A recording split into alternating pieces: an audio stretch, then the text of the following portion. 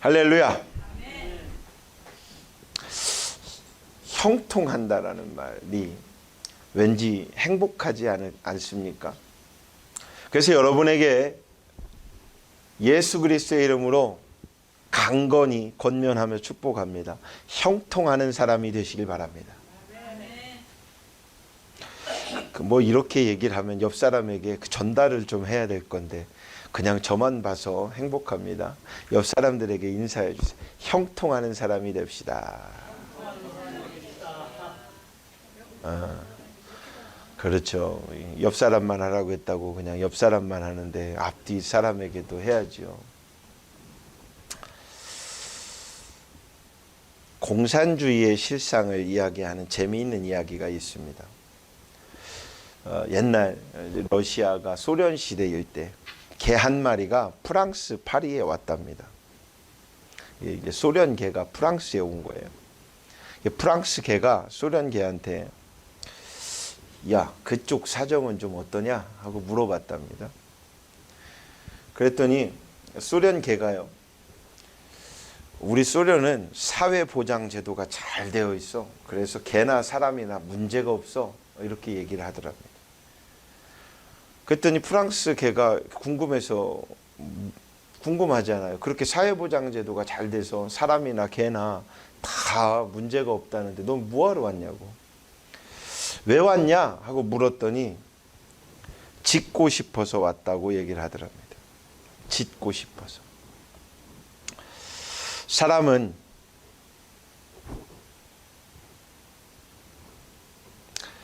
먹는 것으로만, 또 사는 것으로만, 또 내가 자는 것으로만 이 의식주가 해결되는 것이 복받는 것이 아닙니다.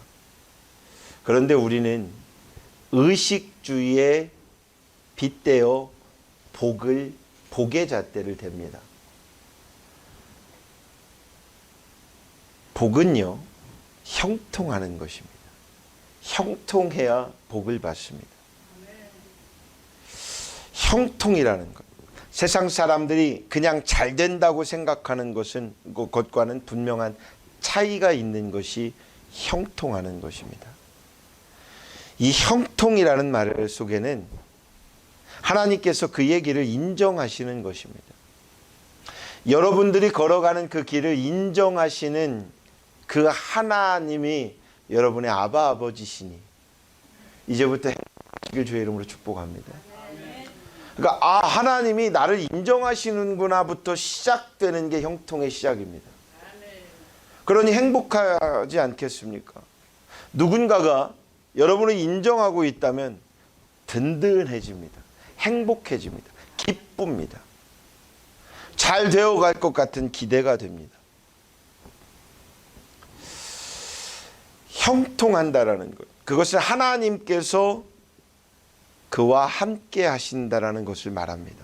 다니엘서 6장 28절 말씀으로 가보면 이 다니엘이 다리오 왕의 시대와 바사 사람 고레스 왕의 시대에 형통하였더라. 이야, 왕이 바뀌는데도 형통하는 거예요. 그러면 어떻게 하면 다니엘처럼 형통한 자가 될 수 있을까요? 그렇게 되길 원하십니까? 그러면 아멘 하십시오. 아멘은 부끄러워할 일이 아닙니다. 받아먹는 일입니다. 그걸 인정하는 일입니다. 그것이 나와 함께 합니다라고 다짐하는 일입니다. 그래서 아멘 하면 부응합니다. 아멘 하면 성공한다니까요. 제가 왜 성공했냐? 아멘 했으니까요. 제가 왜 목회자가 되냐? 아멘 했으니까요. 제가 왜 하나님이 우리 아버지 부자라고 제가 자신 있게 하니까 아멘 했으니까요. 제가 노매는 잘 안 해요. 아멘만 합니다. 사랑하는 여러분, 형통하는 자가 되시길 원하시면 민첩한 자가 되시길 바랍니다. 어떤 민첩함이냐면 마음이 민첩한 자가 되어야 합니다. 다니엘서 6장 3절에 보면 다니엘은 마음이 민첩하여라고 했습니다. 성령에 사로잡혀 초월적 지혜와 능력을 가졌다라는 것입니다. 마음이 민첩하다라는 것은 즉각적으로 성령께서 이야기하시고 명령하실 때 그 일을 마음속에서 바로 마음 먹어버리는 것입니다. 마음 먹으면 어떻게 해요? 행동하는 것입니다. 미국의 역대 최고 대통령이라고 하면 아브라함 링컨이라고 이야기합니다. 공부도 제대로 못했던 그가 어떻게 그렇게 뛰어난 메시지를 말할 수 있었을까요? 민주주의의 핵심 주제입니다. 아마도 지금도 학생들이 배우면서 이야, 이 말이 정말 멋있다라고 생각을 할 겁니다. 저도 그랬으니까요. 국민을 위한 정부라고 정립을 합니다. 이 정립된 국민을 위한 정부라는 이 정립된 말로 노예 해방을 이룬 그의 의지와 지혜는 바로 형통한 것이었습니다. 하나님께서 인정하시고 주신 것이었습니다. 그는 마음이 민첩한 자였습니다. 그런 저와 여러분들이 되시길 주의 이름으로 축원합니다. 그래서 이렇게 또 다짐해 봅니다. 나는 왜 안 따라합니까? 나는 민첩한 자가 되겠습니다. 마음이 민첩해야 됩니다. 몸이 민첩하다고 그냥 예배 끝나자마자 툭 나가버리면 안 되고 마음이 민첩해야 합니다. 두 번째는 충성된 자가 되어야 합니다.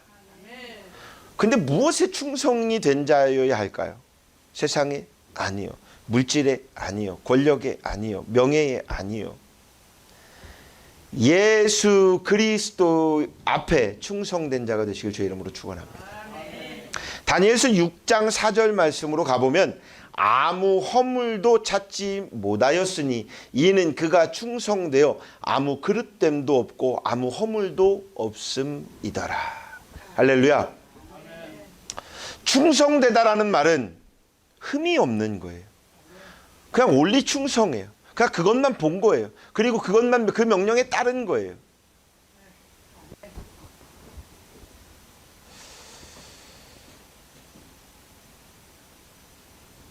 하나님의 말씀에 순종한다라는 것, 참 세상살이로 보면 쉬운 일이 결코 아닐 것입니다. 그런데 바꿔 얘기해 보면요, 하나님 앞에 순종한 자는 세상살이가 쉬워집니다. 비슷한 말 같은데 완전히 다른 겁니다. 기준을 어디에다 두느냐에 대한 것입니다.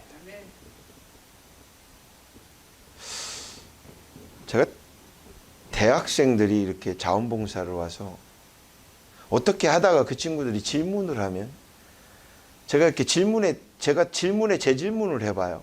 근데 이 친구들이 답을 못 내려요. 나이가 많이 드신 분들한테도 똑같은 상담을 하다 보면 질문을 해보면 그분들도 답을 못 내려요. 왜냐하면 열심히 우리는 살아야 합니다. 맞습니까? 별로 열심히질 않으십니까? 우리는 매 순간순간 하루를 열심히 살아야 합니다. 할렐루야. 열심히 산다라는 게 뭘까요? 최선을 다해가는 겁니다. 그 최선을 다해간다라는 말이 뭘까요? 목적이 있는 삶인데 그 목적이 있는 삶에는요, 쉼도 포함됩니다. TV를 보더라도요, 열심히 보십시오. 1시간 동안 TV를 쫙 해갖고 드라마를 다 봤는데 드라마가 무슨 얘기인지 도대체 모르는 분은요, 그건 열심히 안 본 거야. 그 보려면 제대로 보란 말이에요. 저하고 같이 뉴스를 본 분이, 어떤 목사님이 잠깐 뉴스를 잠깐 보더니 저 말이 무슨 말이요? 아나운서가 아주 잘 설명을 해줬는데 그걸 이해를 못 하더라고요. 왜? 그분은 그걸 보면서 들으면서 내한테 자꾸 얘기를 하고 있었거든요. 무언가 하나를 하더라도 열심히 하여야 합니다. 집중하여야 됩니다. 노는 것도 집중하십시오. 왜 노냐? 그 다음 내가 열심히 무언가를 또 하려고 열심인 것입니다. 제가 오늘 말씀을 준비하다가 이런 생각을 해봤어요. 세상에 가장 열심인 사람이 있어요. 사람들이 있어요. 그게 누군지 아십니까? 아이들입니다. 여러분 옛날로 돌아가 보세요. 여러분들 옛날에 어렸을 적에 누우면 잠 잘 잤습니까? 못 잤습니까? 무슨 생각이 있습니까? 왜? 열심히 놀다 보니, 땀을 흘리고 떼꾸정물 날 정도로 열심히 논밭에서 뛰어놀다 보니 밥 먹고 잠만 그냥 불만 끄면 잠이 들었습니다. 노는 것도 최선을 다해서 놀았습니다. 조금 심하게 표현하면 죽기 살기로 놀았습니다. 그러니 부모님이 이야기합니다. 야 이놈 새끼야, 너 노는 것 같이, 네가 노는 것 같이 공부했더라면 공부도 죽기 살기로 좀 하지 왜 노는 것만 죽기 살기로 하냐고. 그냥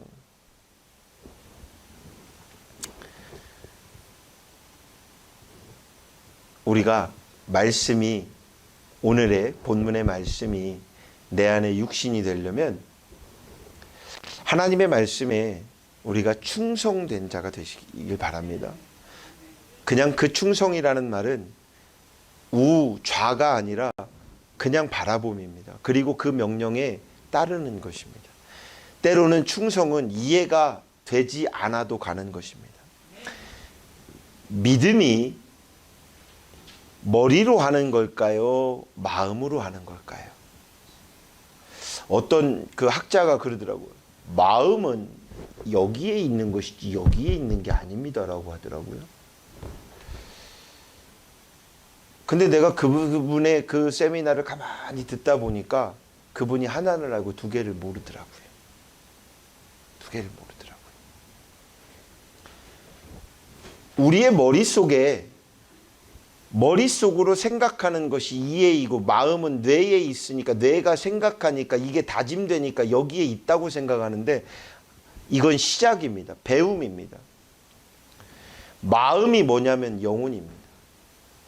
그래서 하나님의 마음이 우리 안에 함께하는 것이 세상의 많은 생물들과 짐승들과 다른 것, 하나님이 사람에게만 부어넣어 주신 것, 루하흐라고 하는 생명, 생수, 하나님의 생기를 넣으셨다라는 거거든요. 이게 하나님의 마음이 이 안에 생명력이 있다라는 것이죠. 그러니 우리가 하나님 앞에 충성된다라는 것은 머리로 이해하냐 안 하느냐가 중요한 게 아니에요. 하나님의 영광이라면 그것을 해나가는 것이 올바르다라는 것입니다. 할렐루야. 화성 동탄의 한 교회가요, 천막교회일 때 그 천막에서 한 1년 반 정도를 교회가 생동한 거예요. 천막이면 뭐 좀 춥기도 하지만 위험하잖아요. 도난 사건도 일어날 수 있잖아요. 그런데 그 교회에 진돗개는 아니고 그냥 뭐 그 누렁이라고 얘기하는 똥개지요. 그런 개가 한 마리가 내가 이렇게 왔답니다. 그래서 그 이름을 목사님이 가만히 생각하다가 성도들한테 물어봤대요. 이 개 이름을 뭐라고 할까요? 그랬더니 뭐 해피, 뭐 메리, 뭐 시작해갖고 별 얘기가 막 나오더랍니다. 근데 목사님이 가만히 생각하다가 이 개 이름을 충성이라고 지었답니다. 그냥 충성이라고 졌대요. 그리고 늘 불렀답니다. 충성아, 충성아. 그러면 충성이가 꼬리를 치고 막 오더랍니다. 추운 겨울에 성도님들이 천막 안에서 철야 기도를 하고 있으면 충성이가 밖에서 아주 충성스럽게 밖을 지키더랍니다. 눈이 와도 그 얼음이 얼어져도 교회 그 밖을 분명히 그가 이렇게 그 개가 지키더랍니다. 사람들은 충성이가 이름값 한다고, 야, 저 충성스럽다고 자꾸 얘기를 해줬답니다. 그런데 어느 성도가 그 철야 시간에 회개를 하더랍니다. 이렇게 자기가 기도했답니다. 하나님, 저는 저 밖에 있는 충성이보다도 못한, 개만도 못한 사람이었습니다. 하나님의 성전을 저 개는 저렇게 지키는데 저는 예배 시간마저도 그러지 못했습니다. 이런 기도를 했다고 얘기를 합니다. 그래서 저는 개만도 못하다고. 여러분, 개만도 못한 사람이 있을까요? 우리가 깨닫지 못한 것이지 않을까요? 충성이라고 하는 이 원어는 피스토스라고 말을 합니다. 신실한 자, 맡길 만한 자, 믿을 수 있는 자라는 뜻입니다. 피스토스. 하나님이 분명히 여러분들에게 이렇게 보셨을 것입니다. 신실한 자, 복음을 맡길 만한 자, 이 시대를 믿을 수 있는, 이 시대를 맡겨도 믿을 수 있는 자, 그것이 바로 여러분들인 것입니다. 그러니 오늘 하루의 흡족한 행복을 통해서 내일의 미래를 꿈꾸는 사랑하는 성도들 여러분들이 되시길 주의 이름으로 축원합니다. 마지막 세 번째는요, 감사하는 자가 되시길 바랍니다. 이 감사하는 자는 감사 기도를 하는 자가 되어야 합니다.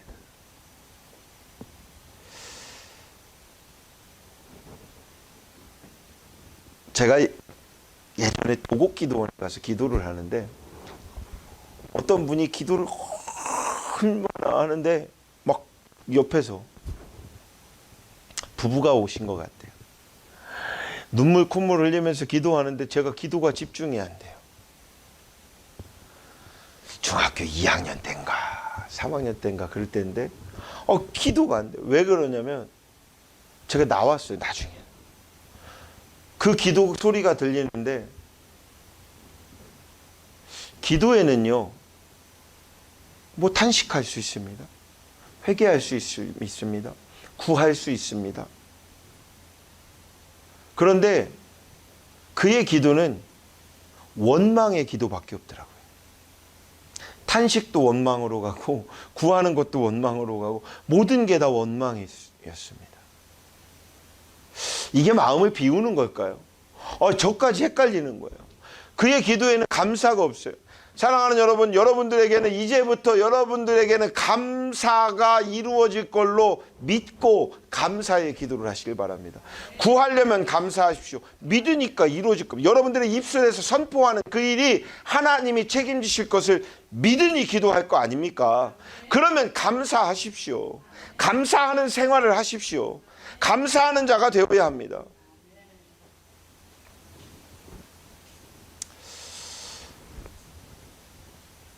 전에 우리 간판해 주신 분이, 그분도 지금 계속 기도하고 있어요. 그 대표가 그런 말을 해요. 목사님하고 어디 가서 이렇게 밥을 먹든 어디 가서 뭘 이렇게 만나든지 목사님하고 자꾸 얘기해 보면 목사님 되게, 그러니까 제가 목사님 되게 좋아한대요. 왜요? 목사님의 입에서는 감사밖에 없더래요. 그 세상에 어디 가갖고 잠깐 밥 먹어도, 그 이제 2번 들었는데, 어디 가서 밥 먹어도 그곳을 축복해주고 감사하더래. 그래서 자기가 많은 목사님들을 봤는데 목사님 같은 분이 없대. 그래갖고 내가 더 많은 목사님을 못 만나서 그래요. 그랬어요. 저도 그 감사를 배웠어요. 라고 얘기를 했어요. 감사는요, 긍정은요, 전파해 나가는 것입니다. 가르쳐 주는 것입니다. 예수님께서도 분명히 힘든 일이 있었습니다. 두려움도 있었습니다. 그래서 겟세마네 동산에서 그렇게 눈물로 기도하셨습니다. 그리고 그 일을 담당하셨습니다. 그러나 제가 성경에서 만난 그 예수님의 마지막 말씀 한마디, 다 이루었도다 라고 하는 이것은 분명히 감사였습니다. 하나님의 말씀에 순종하여 이 일을 담당할 수 있었던 것은 하나님의 능력이었다라고 고백하는 것입니다. 우리의 삶 속에서 내가 할 수 있는 것이 있다면 그것은 하나님이 도우시지 않을 것입니다. 여러분이 하셔도 되는 일이니까요. 그런데 우리가 할 수 없다라고 생각하는 그 일을 할 수 있다라고 마음 먹을 때 예수는 이렇게 말씀하십니다. 할 수 있거든이 무슨 말이냐? 나를 믿는 자에게는 능치 못함이 없다. 이 말은 너희는 믿어라, 내가 한다라는 것입니다. 그러니까 예수께서 하실 그 일을 우리는 믿으면 됩니다. 할 수 있다라는 긍정어를 가지면 됩니다. 이것이 하나님과 나와의 형통한 삶을 살아가는 것입니다. 유명한 목사님이 계시지요. 스펄전 목사님은 별빛을 보고 감사하면 달빛을 주시고, 달빛을 보고 감사하면 햇빛을 주시고, 햇빛을 보고 감사하면 하나님의 빛을 주신다라고 아주 시적 표현을 했습니다. 다니엘은 감사 기도를 할 수 있는 상황이 분명히 아니었습니다. 그는 목숨을 걸고 그러나 감사 기도를 했습니다. 그냥 감사의 기도만 했습니다. 그 일로 비록 사자굴에 던져지는 재앙이라고 세상 사람들은 얘기를 하고 끝이라고 말했지만 하나님이 사자의 입을 막아버리는 그 기적을 보이십니다. 화가 일어납니까? 화가 닥칩니까? 화가 변하여 복이 됩니다. 그 화 뒤에 우리가 믿음이 있다면 그 화 뒤에 분명히 이루어질 하나님의 복 주심을 기대하시길 바랍니다. 누구에게 이 복이 있느냐? 감사하는 자입니다. 다니엘은 그러므로 말미암아 사자굴에서 나오면서 더욱더 형통한 자가 되었습니다. 우리 사랑하는 열방중앙교회 성도들 모두가 하나님의 마음에 합한 자가 되십시오. 하나님께서 형통시키는, 하나님과 나와 형통한 자가 되시길 주의 이름으로 축원합니다. 일본의 한 권사님이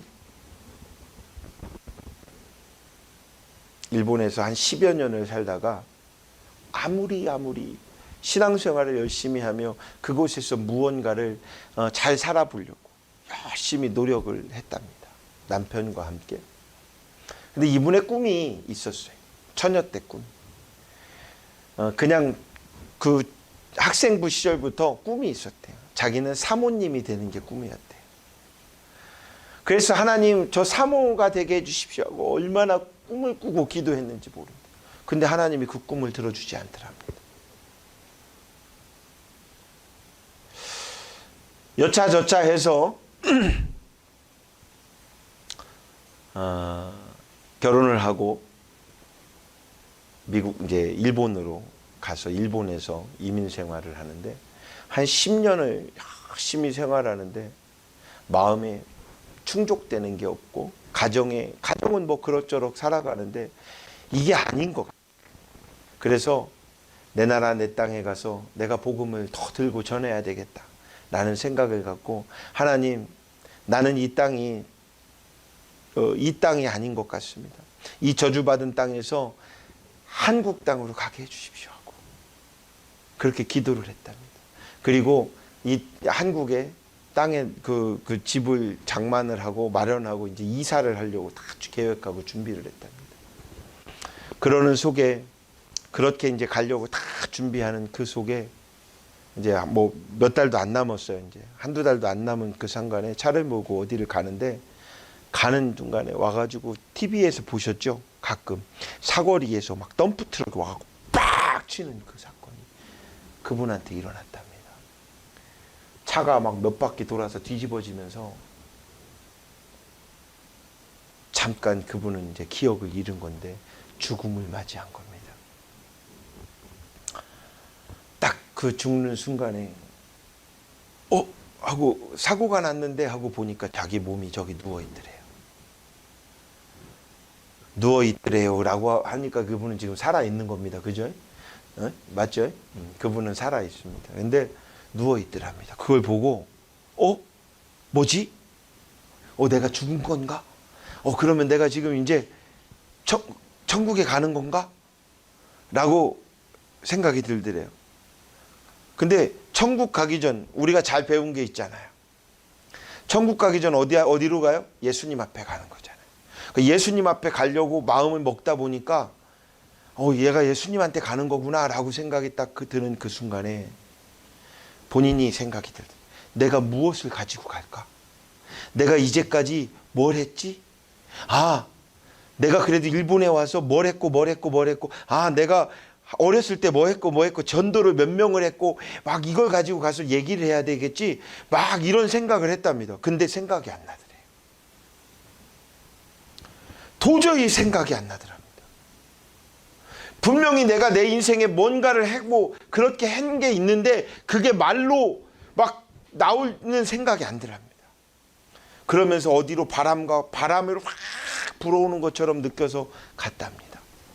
그리고 그곳에 가는데 그곳에 가보니까 그곳이 천국이어야 하고 그곳이 지옥이 정도가 되고 그곳을 좀 관람도 좀 하는 그런 일이 좀 있어야 되는데 그런 것이 아니라 그가 어느 곳으로 갔더니 큰 바람 속에 음성이 들리더랍니다. 그래, 네가 찾던 것, 네가 가지고 온 것이 무엇이더냐? 없더랍니다. 네가 그 음성 속에는 이런 이야기를 하더랍니다. 네가 가지고 올 것은 아무것도 없다.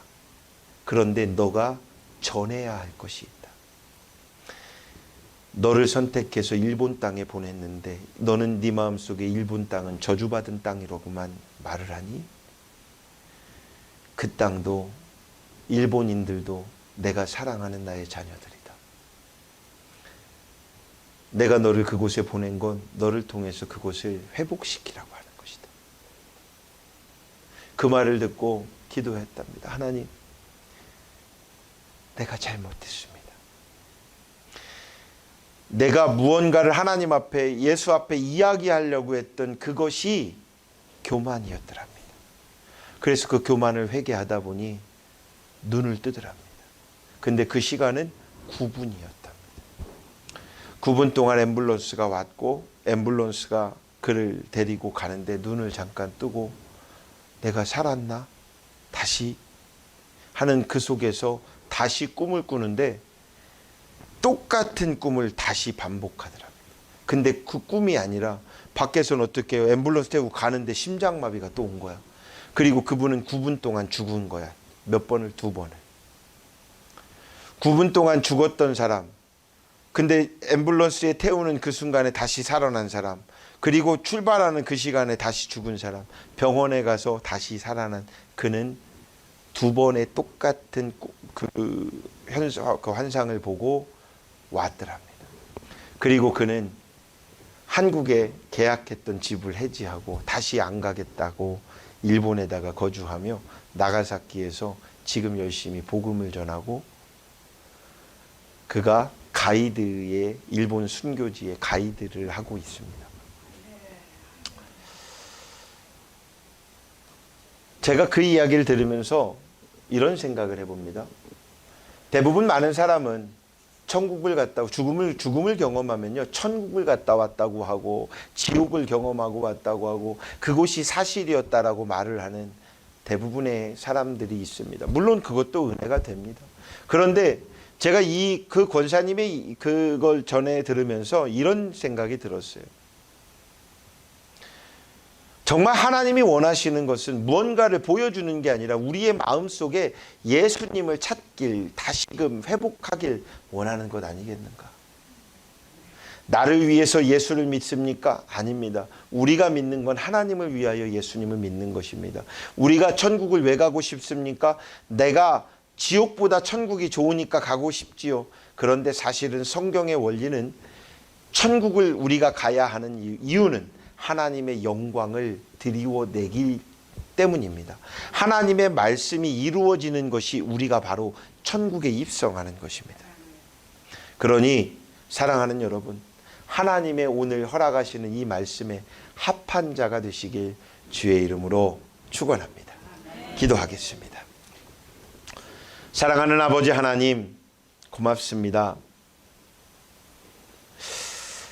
다니엘과 같이 우리의 마음이 민첩함을 갖게 하여 주시옵소서.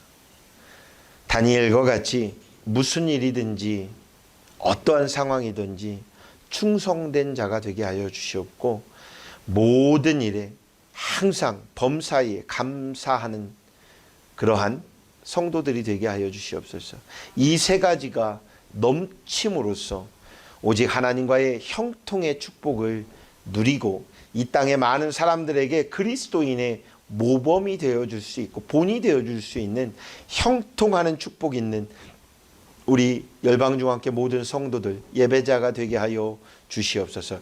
예수님의 이름으로 감사하며 축복하며 기도드렸사옵나이다. 아멘.